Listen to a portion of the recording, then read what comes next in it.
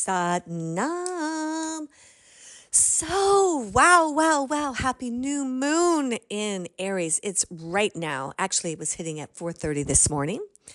Right now, the moon is at 29 degrees. It is the most intense degree, the 29th and 0, when a planet is getting to the end of its expression.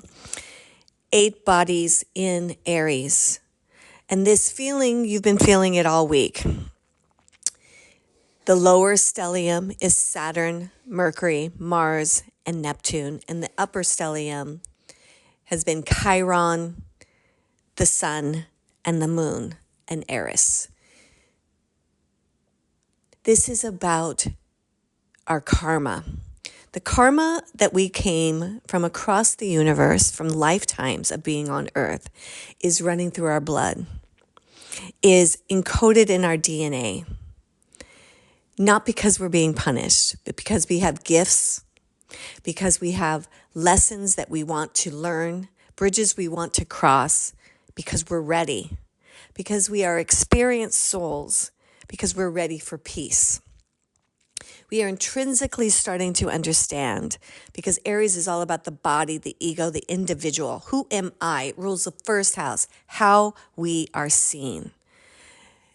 It is plugging in directly to the collective, because those outer planets, Saturn and Neptune in Aries, but the trine, the big player, Pluto in Aquarius, is sextiling this energy. And each planet that is at the lower expression, right, has to walk by Pluto. So Mars is there, Saturn is there, Neptune is there, Mercury is going to be there. This touching Pluto is about how does who I am as an individual open up doors for a peaceful world, for a new society. This is about using our inspiration. It's about remembering our innocence. There's something intrinsically innocent and beautiful about the soul. The soul wants love. The soul wants peace. This is about changing our focus so that it is focused on how miracles can happen, how love can reign, how peace can prevail.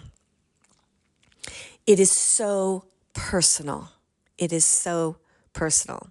There is opportunity coming to you. And if, when you look at the wheel, it tells us where that opportunity is based on where Aries, Libra, Cancer, and Capricorn are residing, because those are the cardinal signs. Cardinal signs, cardinal energy is about initiating. And at Great Divine Flow, we will be in the house. Tony and I will be bringing the highest energy today at 9:30 Saturday and Sunday at 9:30 a.m. Our intention is to do specific kriyas that give you clarity, calmness. We're going to use our practice to harness this energy. It's like a new moon on steroids. So that means it lasts longer because there's so many other planets involved. We can harness peace and using a new beginning ourselves, and that harnessing in the individual, if we can do a big enough collective, we can change the world's outcome, because the world's outcome begins with us. Remember, however you're feeling right now has been pre-sent. So if you're feeling sad, if you're feeling afraid, it just means you've been dwelling in sadness and fear. You've been choosing those aspects. One of the things about this practice is the use of breath and frequency. The frequency of the lower density of our thoughts is toxic. And just by coming to a Kundalini class, the chanting, the breath work, the bowls, the gong, they're going to lift that density out of you. We're going to do this 3-day experience starting May 1st. It's so what it is, it's like 8 hours of Kundalini sound healing, Reiki healing, sharing, wisdom, and education on how to be the best human ever, right? And it's going to be held around 5 Aquarian sutras that are so basic, but different than the Yoga Sutras of Patanjali. I love the Kundalini Yoga Sutras. I can't wait to share them with you. They are those kind of rules that, like, not just be good, right? Be kind. No, they get into this really specific energetics of our mind and heart that when we make that switch, everything changes. So if you can marinate in that in 3 days, and one of the things that I'm bringing to the whole teacher training is other aspects that I've learned that intrinsically relate to Kundalini, but maybe we're not presented quite that way. Everything evolves is the point, right?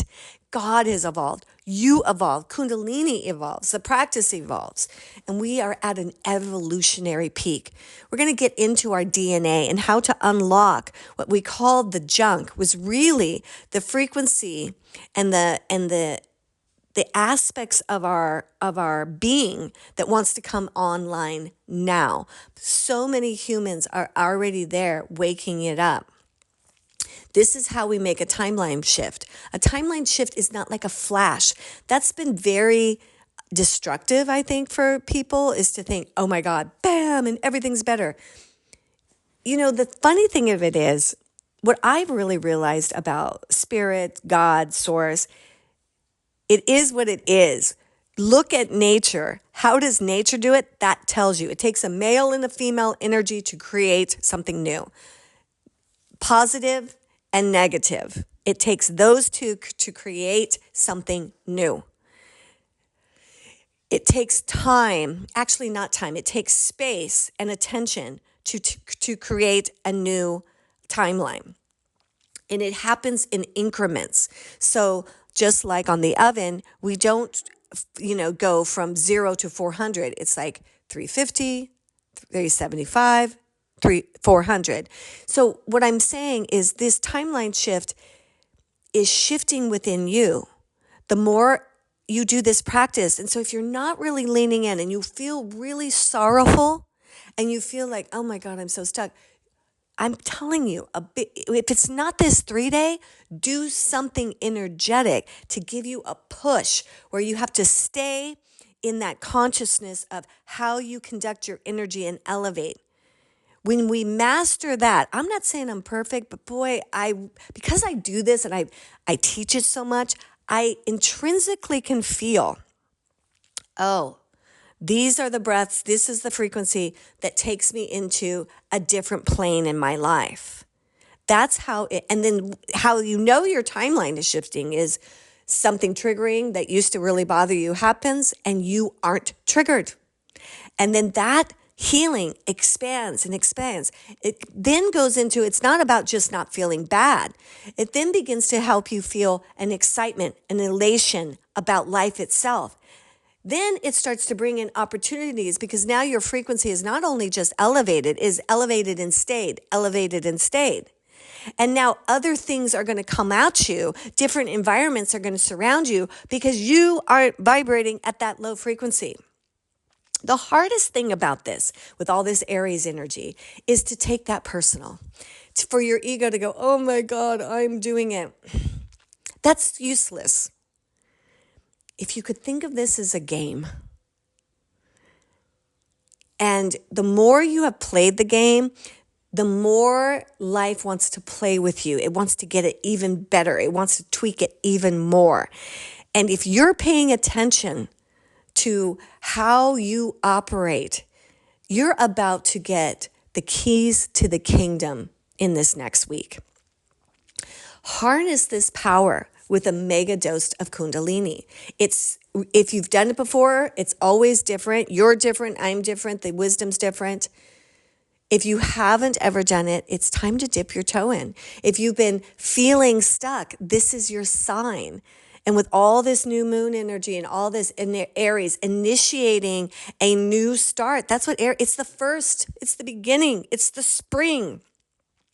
This is the spring of humanity's life. What does that mean? It means we've been in the winter. We've been in the darkness. And now we get to open up to a new beginning.